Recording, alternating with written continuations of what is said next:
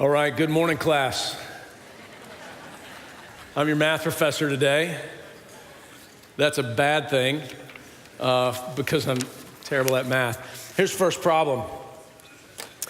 So you got a baseball bat and a baseball, which just as a heads up, like spring is around the corner. Major leaguers are already starting spring training. And every year at this time, I literally, and I don't mean this figuratively, I literally thank Jesus for baseball. And I just do. Like, it's coming, it means spring's coming. I love baseball, and you should too. I'm gonna convert you eventually. So, baseball bat and a ball, okay? Baseball and a baseball bat. Here's what we know. The total cost is $1.10. That's the total cost of the baseball bat and the baseball, $1.10. Very simple, right? But here's what we know. What we know is that the baseball bat is $1 more than the baseball. So how much is the baseball worth?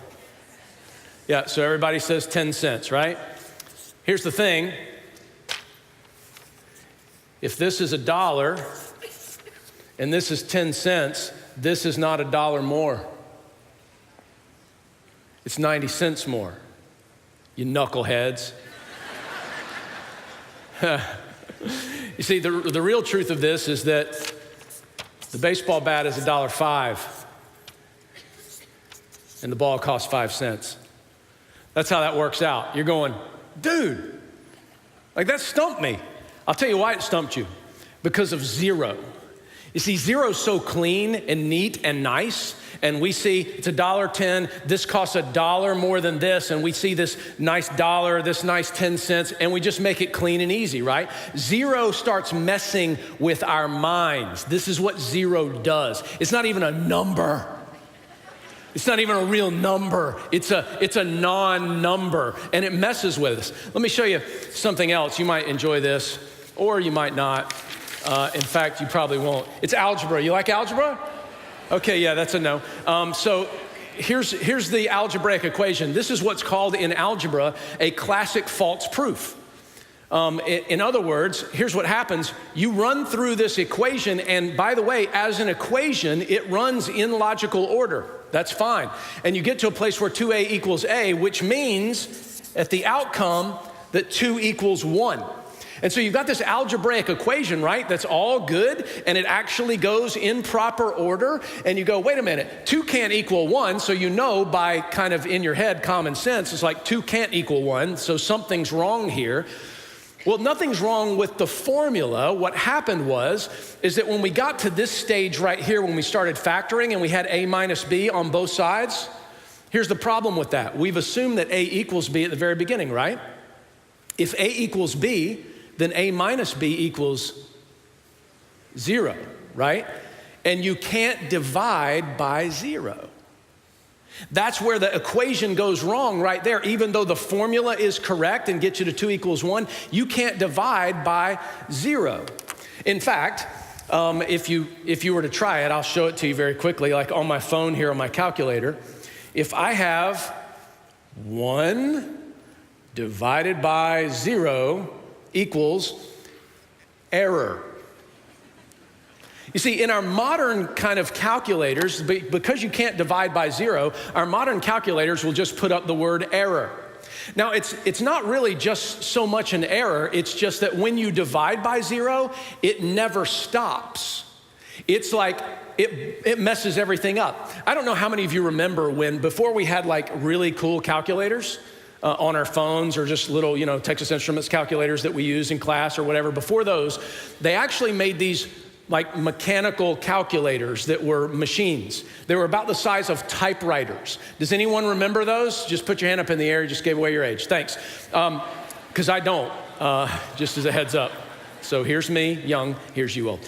So I'm kidding, it's a joke, but true. That's math, it works. So you had these old machines, right, that were calculators. And do you know what would happen to those machines if you divide by zero? Let me show you. Take a look.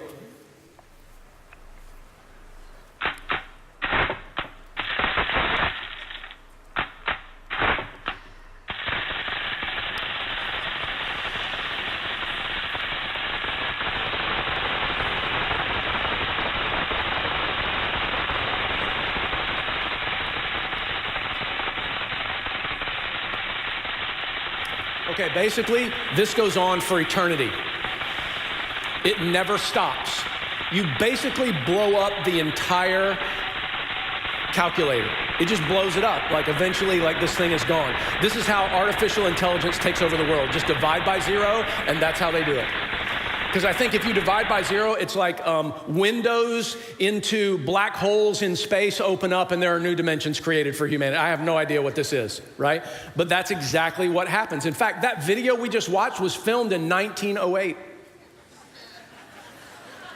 Some of you you believe what I just said. That's crazy. That was in color, right? No, it wasn't filmed. It was filmed recently, but that's an old calculator. And if you divide by zero, it basically just wears it out. It detonates, right? Because you can't divide by zero. Here's the thing.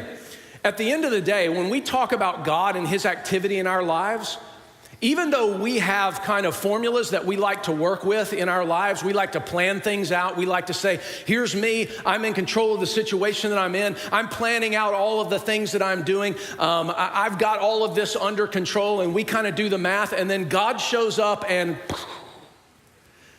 I don't know if any of you have ever had a time in your life where you kind of had everything planned out. You had exactly what you were going to do, and then God showed up and he messed everything up.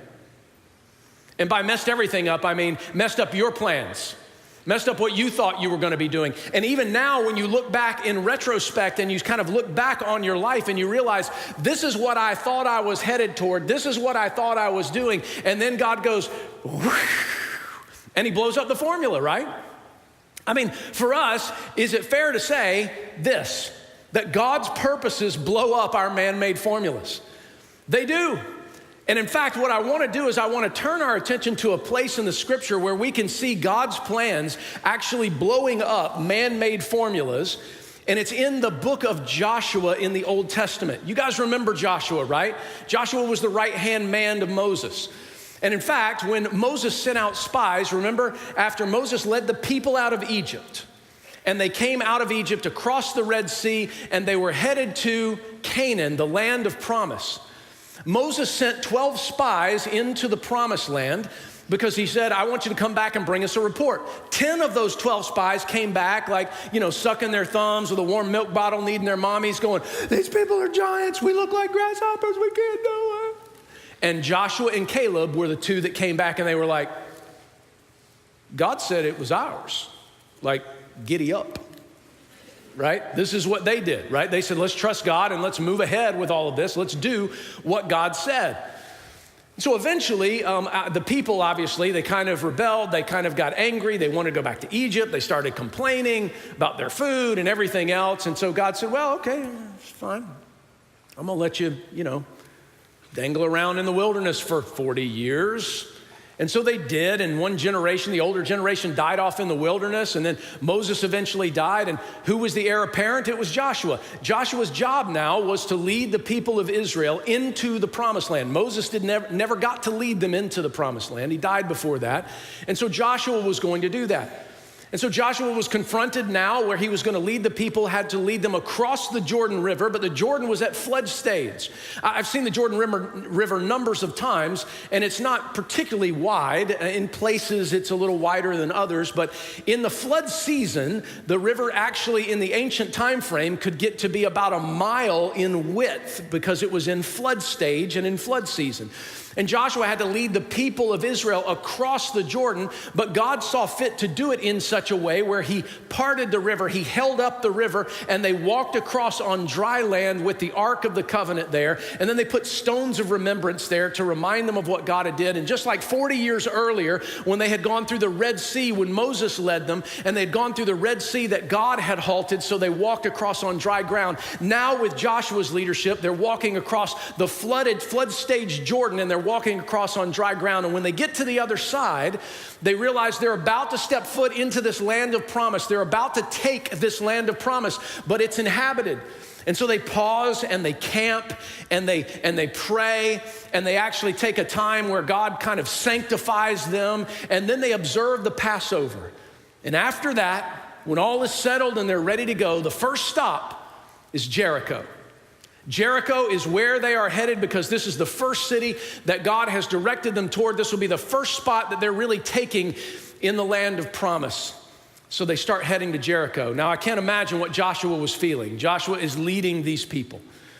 And I don't know how old exactly at this time, but he's leading these people and he's thinking to himself, wow, this is extraordinary. I used to just follow Moses, who was following God, and now I've got the responsibility to follow God and to lead these people. And it had to be a bit intimidating, a bit overwhelming, a bit scary for Joshua. It's why in chapter 1, God was continually saying to Joshua, be of good courage. Don't be afraid. Why was he saying that? Because Joshua was of good courage and was never afraid? No, because he was.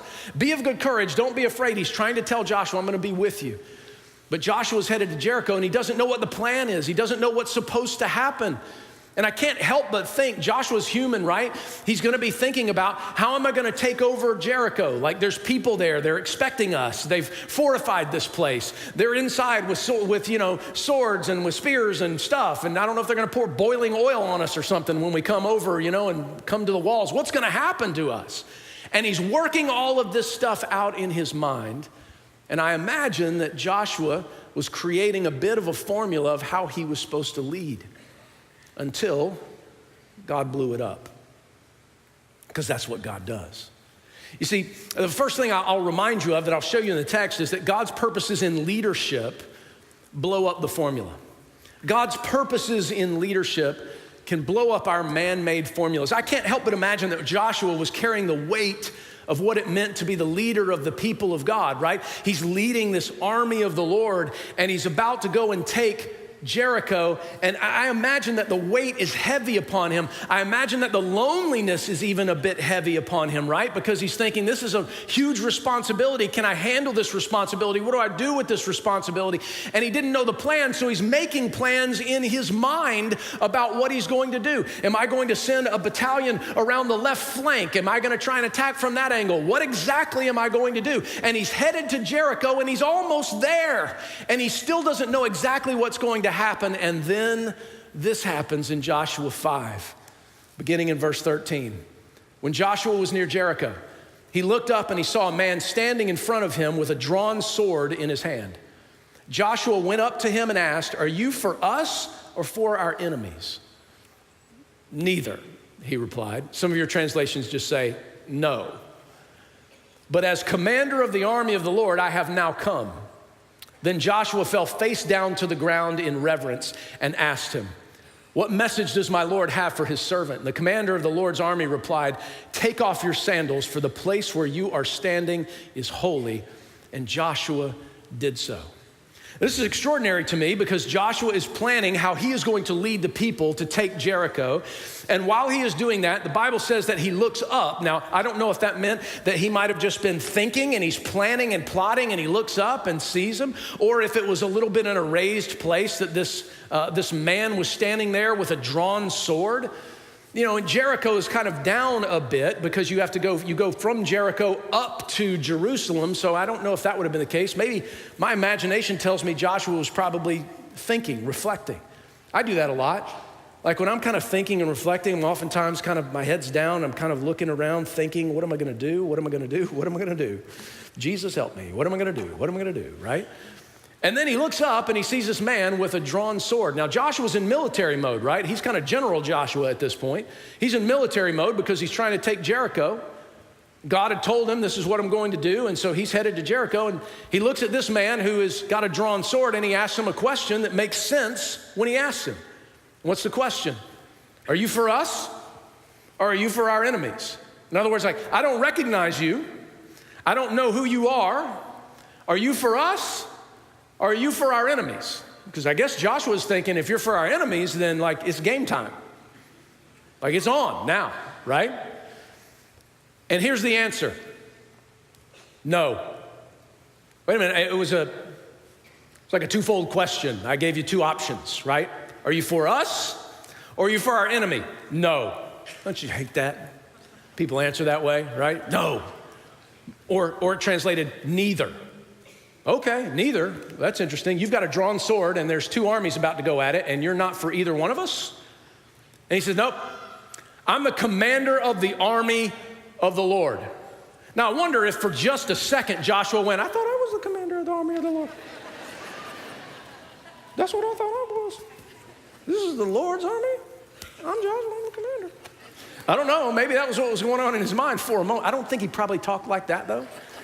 If he did, I wouldn't want to follow him anywhere. Right?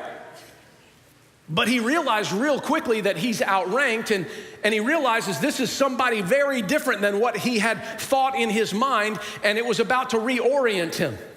Because this man said, nope, I'm not for either. I'm the commander of the army of the Lord. Like pastor in Dallas, Tony Evans, said it this way. He said, when the commander of the army of the Lord showed up, he didn't come to take sides, he came to take over.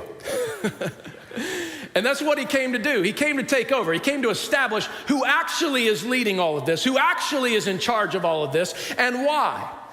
And so Joshua realizes that not only is he outranked, but he realizes, as many scholars think, that he might be in the presence of God, quite literally, that this might be a pre-incarnate appearance of Jesus as the commander of the army of the Lord.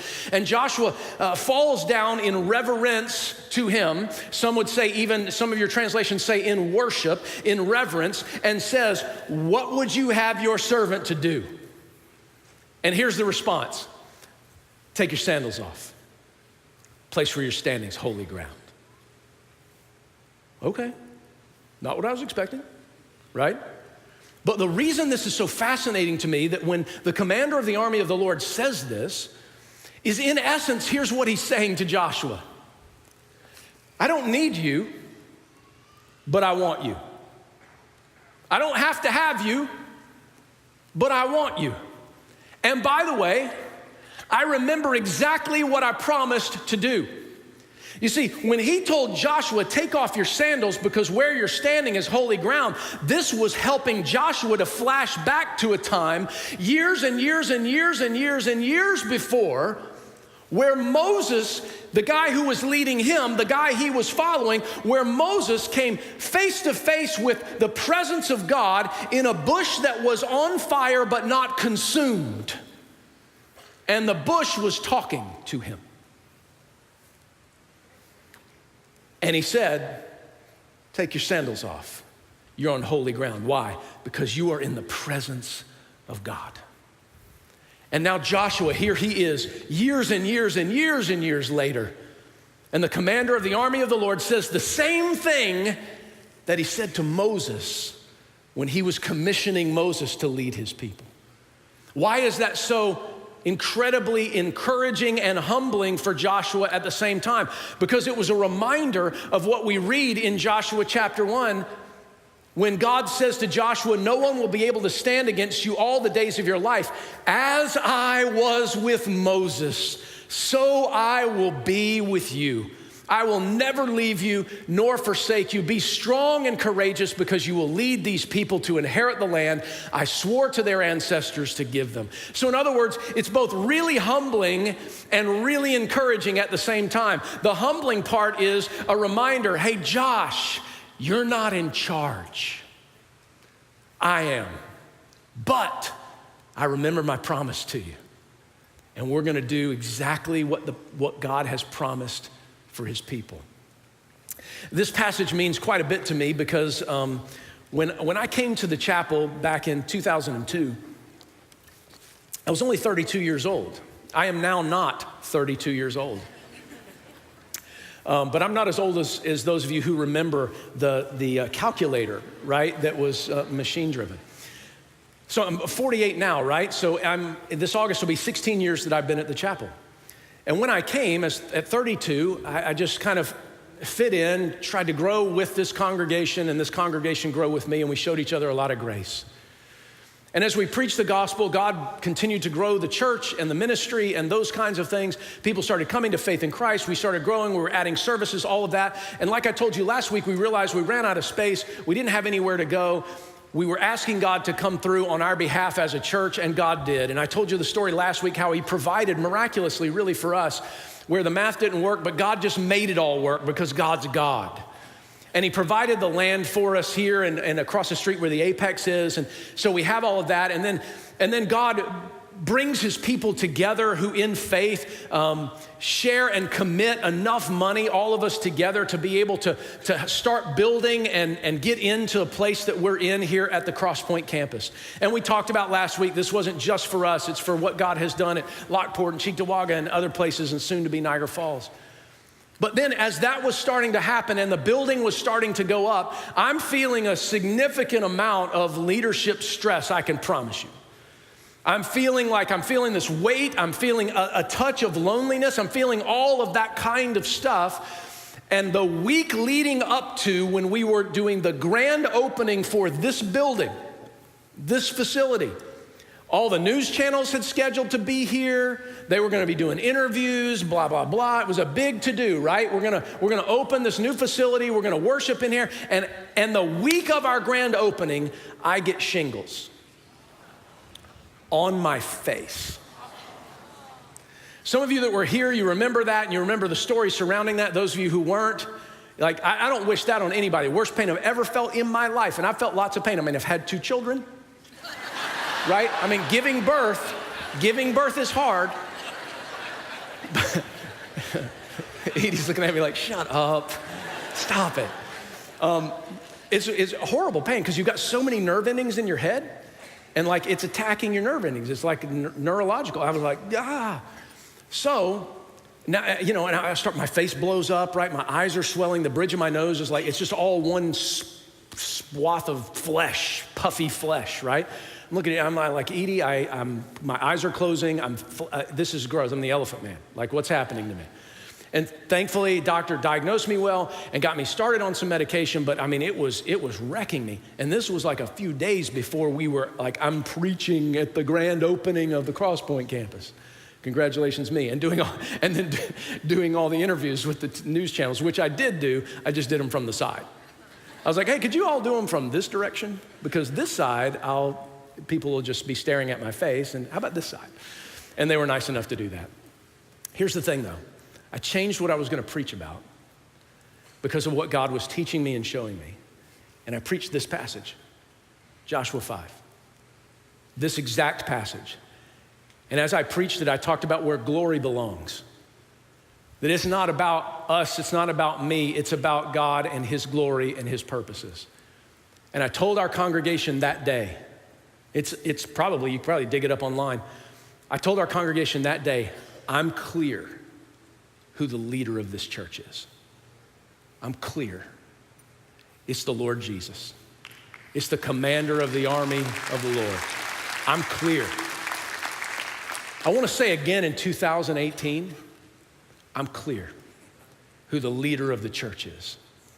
Because sometimes what God will do in the midst of feeling like, because I felt like I was carrying this heavy weight, I felt like I was carrying this heavy burden, I felt like I was carrying this loneliness, and it's as if God came to me and humbled me and said, so really your formula was like dependence upon yourself? Is that what you're thinking? Because you don't have to carry all this, because this is my church. These are my people. You don't have to carry all this. This is not, you have a responsibility, but it's a responsibility to do what I want done in the way that I want it done, in the power that I give you. This isn't just about you. And has that happened for you in your life as well? Where sometimes we need these reminders that God, in his graciousness and through his own purposes, needs to just show up in our life and remind us, hey, you're not as in charge as you thought you were.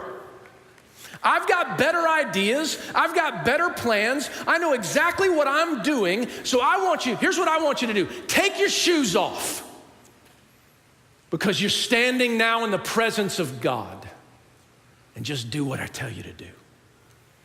You see, God's purposes in leadership blow up our formula for leadership. But this ties into the second piece. God's sovereign purposes also blow up the formula. By sovereign, I mean that God is the one that's totally and completely in control. And unfortunately, we often are the control freaks of our own lives. We're the ones who have all the plans. We got all the details. We're doing all of this stuff. And here's what it's going to be. This is what's supposed to happen. And I've planned all this, and God sometimes just goes, right? Because his sovereign purposes blow up the formula. Let me show you what I mean. So Joshua is headed in leading them to capture Jericho.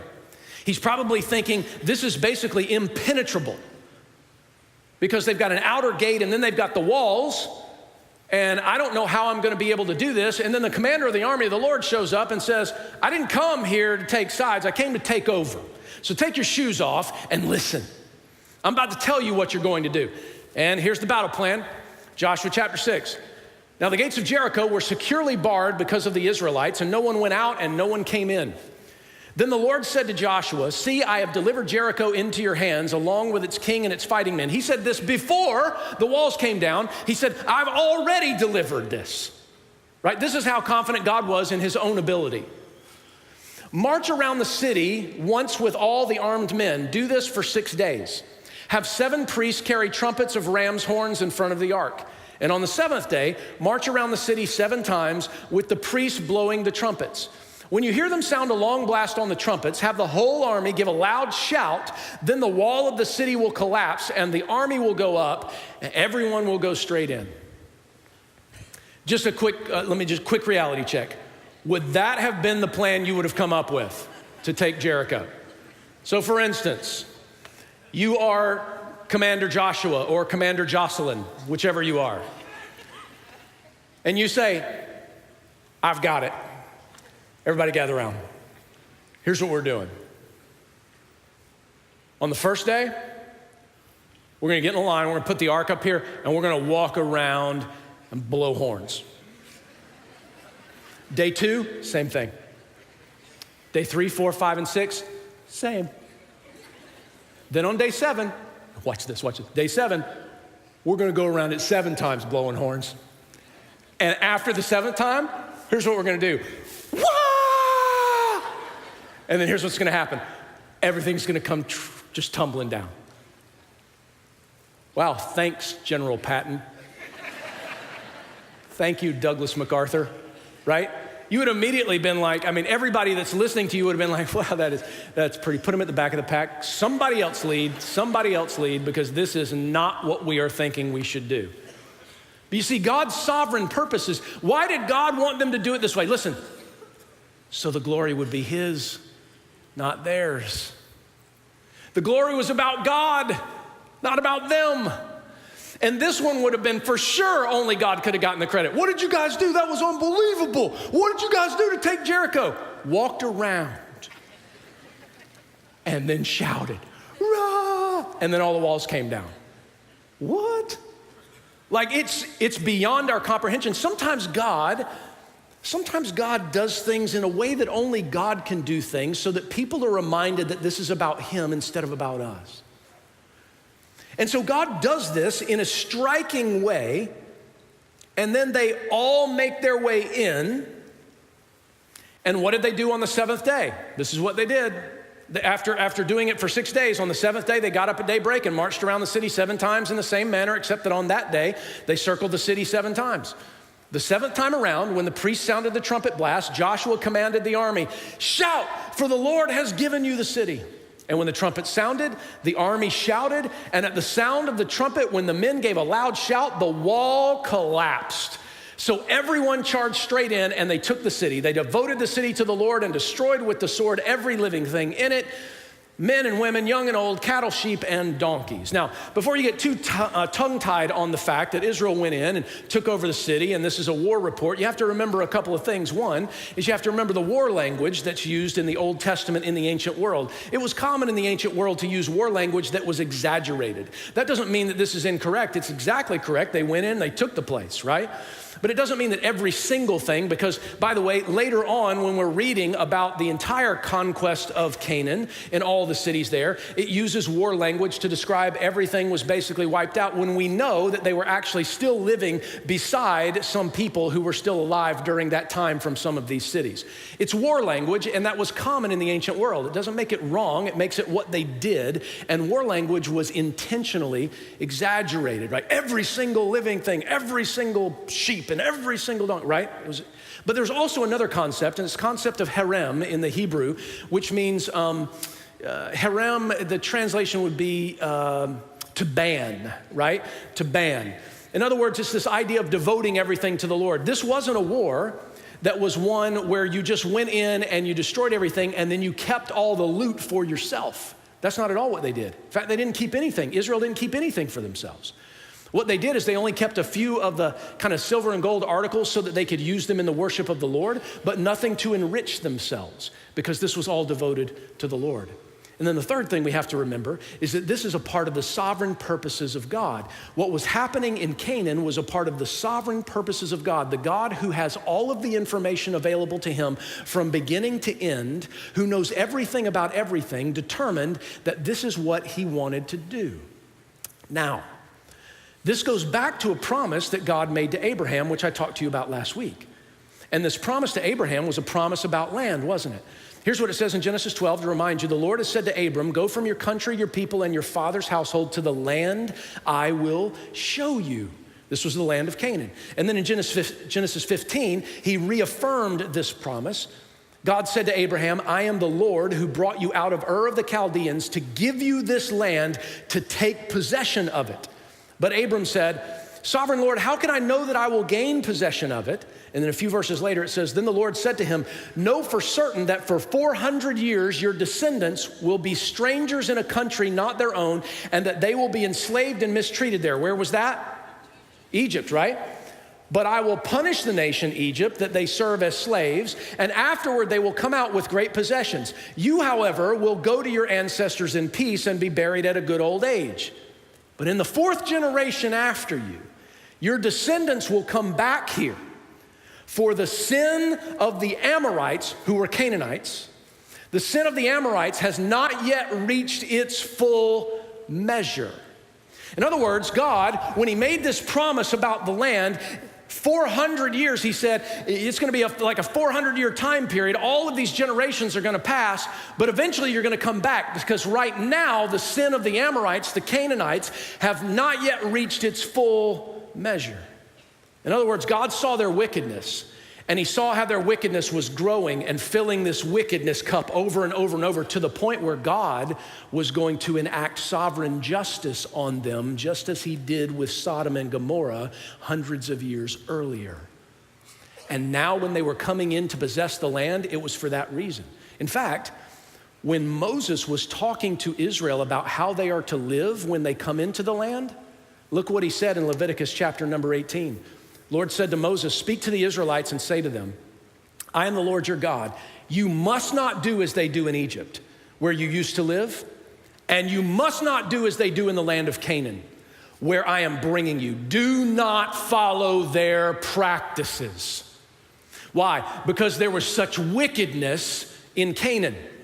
What kind of wickedness? Well, when you fast forward, Leviticus 18, read a little bit further. Here's some examples. He says, like them, don't give any of your children to be sacrificed to Molech, for you must not profane the name of the Lord your God. I am the Lord. In other words, they were doing child sacrifices. Do not have sexual relations with a man as one does with a woman. That is detestable. Do not have sexual relations with an animal and defile yourself with it. A woman must not present herself to an animal to have sexual relations with it. That is a perversion. These things were going on in Canaan. Then it says in chapter 19, do not degrade your daughter by making her a prostitute, or the land will turn to prostitution and be filled with wickedness. These are the kinds of things, and I just gave you snapshots. right? There's two full chapters full of this stuff. And basically saying, don't live like them. Don't do what they're doing. That's why they were getting this command from the Lord, because this is the way that the people of Canaan lived. And so what God was doing now, listen to this, God was going to deal with Canaan's wickedness, because in his sovereign purposes, he wanted people to be able to see him, and they weren't going to see it through this wickedness. And so he was going to, listen to this, use Israel as an instrument of his justice, so that he would create a people for himself where he could be seen and known by the world. This was God in his sovereign purposes. Now, before we get ahead of ourselves, what we need to remember is that Israel did not possess the land because they were righteous and awesome. They didn't get into the land because they were awesome. They got into the land because God is awesome. They didn't get into the land because they were righteous. They got into the land because Canaan was so wicked. In fact, just to make sure that everybody was clear about that, listen to what it says in Deuteronomy chapter 9. Hear, Israel, you're now about to cross the Jordan to go in and dispossess nations greater and stronger than you, with large cities that have walls up to the sky. The people are strong and tall. Anakites, you know about them, and you've heard it said, who can stand up against the Anakites? But be assured today that the Lord your God is the one who goes across ahead of you like a devouring fire. He will destroy them, he will subdue them before you, and you will drive them out and annihilate them quickly as the Lord has promised you. After the Lord your God has driven them out before you, do not say to yourself, the Lord has brought me here to take possession of this land because of my righteousness. No, it's on account of the wickedness of these nations that the Lord is going to drive them out before you. It's not because of your righteousness or your integrity that you're going in to take possession of the land. I wonder if he went 40 years. Hello? But on account of the wickedness of these nations, the Lord your God will drive them out before you to accomplish what he swore to your fathers, to Abraham, Isaac, and Jacob. Understand then that it is not because of your righteousness that the Lord your God is giving you this good land to possess, for you are a stiff-necked people. You see, this wasn't a scenario where the sovereign God is just saying, I like you better than you necessarily. He wasn't saying this is because of your righteousness, Israel, and so you're going to get the land. He was saying, I knew that these people were going to be so wicked that I was going to have to justly deal with them because this is an abomination in the land, and it's causing all of the other people and places around them to turn to ways that are basically abominable and destructive and not for human flourishing. Like child sacrifice, like sex with animals, like all of these kinds of things that are noted in there, right? And he says, no, Israel, I'm bringing you in not because you're righteous, you're stiff-necked. You've been in the wilderness for 40 years because you're so stiff-necked. I'm bringing you in as an instrument of justice to give you this land because I knew from the very beginning when I promised Abraham, I knew exactly what I was going to do and how I was going to do it, and this is now how I'm going to do it, and it's I who am doing it, not you. It's extraordinary when we see the sovereign purposes of God at work. You see, what we think when we look at this passage, we think it's Israel against the nations. But here's the truth.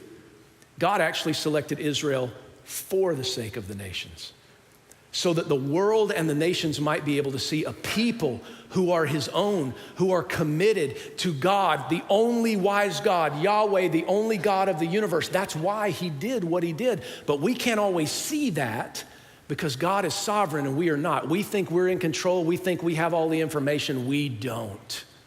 And we should be reminded of that today because God, his sovereign purposes blow up our formula. And by the way, just so you know, God did the same thing that he did with Israel. He did it to Israel. May I note Babylon and Assyria, who were not righteous, but were used by God to discipline his own people. You see, God has sovereign purposes that are beyond our finding out. So it's imperative, ladies and gentlemen, that we understand that truth about God and we learn to trust God completely because he's the only one that is fully in control. He's the only one that has all the information at exactly the same time. He's the only one, not you, not me. Control freak, step off. That's what I have to tell myself sometimes in those exact words. Control freak, step off. Only God is sovereign over all of this. That means in whatever circumstance you find yourself, know this, that the sovereign God can take those circumstances and use them for his glory and for your good, even if they're bad circumstances. So you have to learn how to trust the sovereign God in the midst of your suffering. You have to learn to trust the sovereign God in the midst of your persecution. You have to learn to trust the sovereign God even when you have success. You have to learn to trust the sovereign God when you are brokenhearted. You have to learn to trust the sovereign God when your dreams come crashing down, because God is the only one who has all of the information, and you don't know what he's about to do. You just know you can trust him because he's sovereign and he's good. This is imperative for us. Let me give you a last thing. You guys stay with me here because I'm going to land this plane in just a moment, but here's the last piece of this. God's purposes in salvation also blow up the formula. Boy, I love this part. Stay with me. I'm gonna go a minute or two or 40 over my time today. Kidding, not that long. God's purposes in salvation blow up the formula. Do you know that when God sent Israel in to take Jericho, and Jericho was going to experience the sovereign justice of God, that not everybody in Jericho was destroyed? Look at what it says in Joshua chapter 6. The city and all that is in it are to be devoted to the Lord.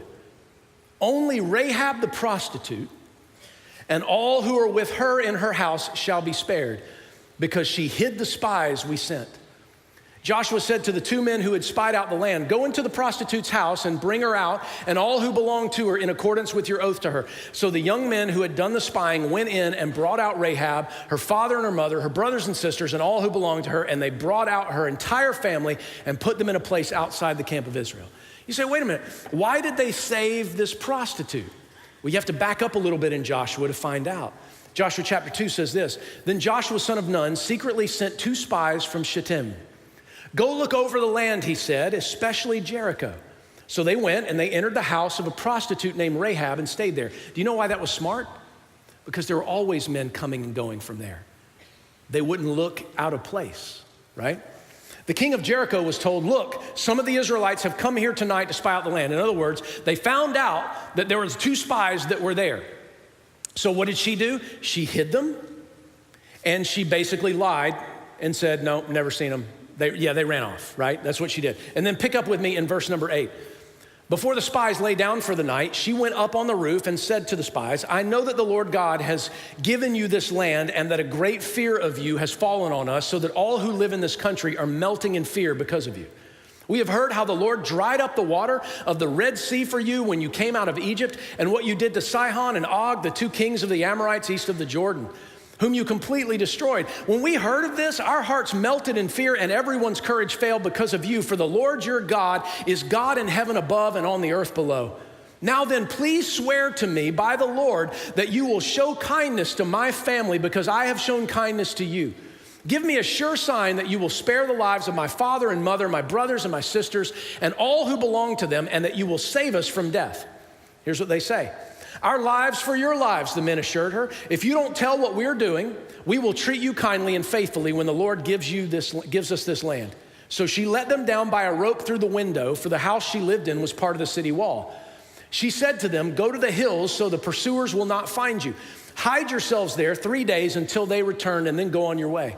Now the men said to her, this oath you made us swear will not be binding on us unless when we enter the land, you have tied this scarlet cord in the window through which you let us down.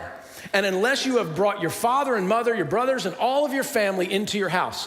If any of them go outside your house into the street, their blood will be on their own heads. We will not be responsible. But as for those who are in the house with you, their blood will be on our head if a hand is laid on them. But if you tell what we are doing, we will be released from the oath you made us swear. Agreed, she replied.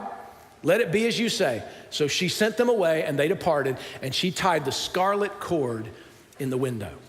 You see, this was an interesting thing, because if you were to ask me, when I look at this passage, I see a miniature repeat of the time of Passover. Do you see it?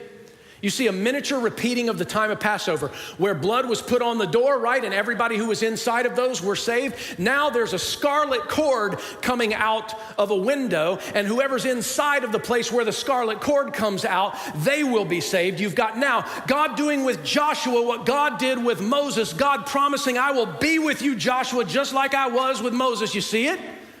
You see, God's purposes, his sovereign purposes, work themselves out even in salvation. But ultimately, even in this, it's extraordinary to me because it seems to blow up our formula. Because if you were to ask me who should be delivered from Jericho, if you were to ask me who should be saved from Jericho, I don't think that the first in line that I'm going to think about is a lying foreign whore.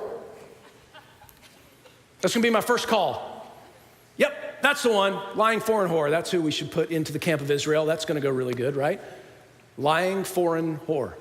She's a professional fornicator, and we're going to bring her into the camp of Israel. Is that really going to be your formula? No. You're going to think of something else. Like, who's got the most money? Right? Who can we bring in? But God's purposes in salvation, they blow up our man-made formulas. Because here's the thing, ladies and gentlemen, listen carefully. Here's the thing. God, in doing this in his sovereignty and saving Rahab, God was not just saving a prostitute and her family. God was saving the world through this prostitute and her family. Because when you get to the book of Matthew and it begins to tell us the genealogy of Jesus, look what it says. This is the genealogy of Jesus, the Messiah, the son of David, the king, the one who's going to save the world, the son of Abraham, the promised seed. Abraham was the father of Isaac, Isaac the father of Jacob, Jacob the father of Judah and his brothers, Judah the father of Perez and Zerah, whose mother was Tamar, Perez the father of Hezron, Hezron the father of Ram, Ram the father of Aminadab the father of Nahshon, Nahshon the father of Salmon, Salmon the father of Boaz, whose mother was Rahab, Boaz the father of Obed, whose mother was Ruth, Obed the father of Jesse, and Jesse the father of King David. This was in the line of the promised seed of Abraham and the kingly lineage of David, and right there, plucked down, God saw fit to take a lying foreign whore, and his promise traveled through her so that we have the Messiah. God's purposes in salvation will blow up our man-made formulas. Listen, here's why that's so important to us. Why it's so important to us is because people, we see all these examples all over the place, right? Saul, who's killing Christians, and God saves him. Jesus saves him. And now he's going and preaching the gospel to family members of people that he had put to death. This is not how God, we can't compute that, because in our minds we've got a formula for how God's supposed to act. For God to take a small farm boy from Charlotte, and he has the opportunity to preach the gospel to more than anyone in the history of the world. 200 million people he's been face to face with preaching the gospel, named Billy Graham. Who would have thought?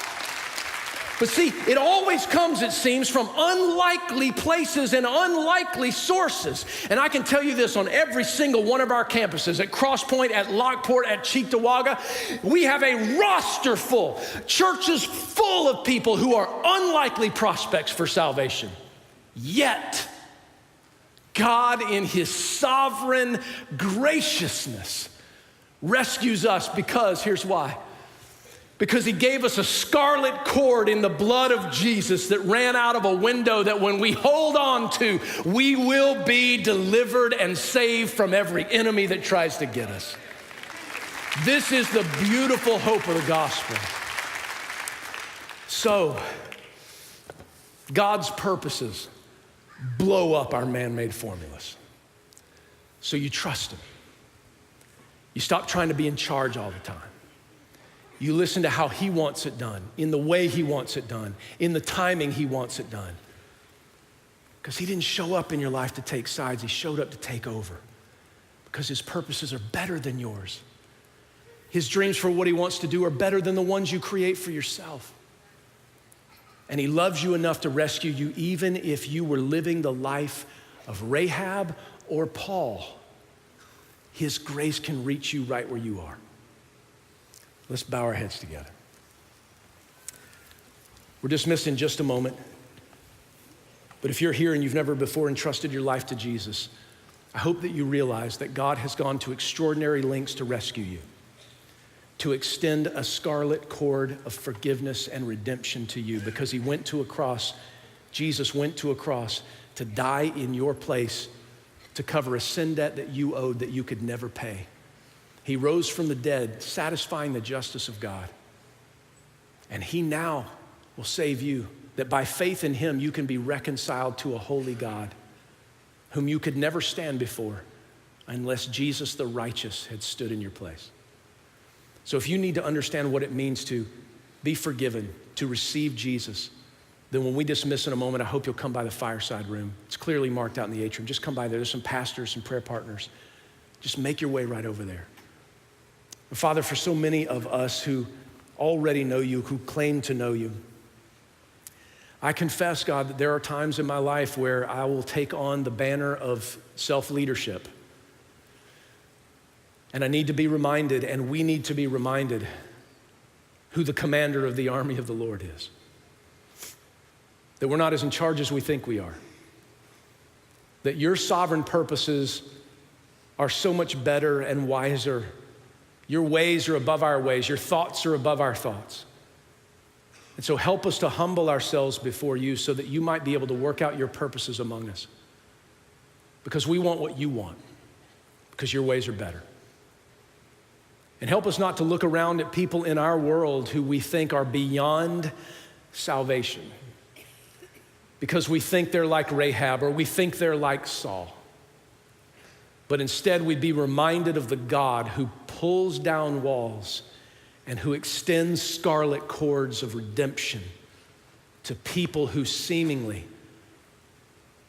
don't deserve it. Would you remind us that we were just as undeserving? That our sin has separated us and we are just as undeserving, yet in your grace, you have extended the scarlet cord of redemption to us through Jesus Christ, our Lord. Help us with that, we pray. In Jesus' name, amen. Bless you, folks. Love you. Have a great week.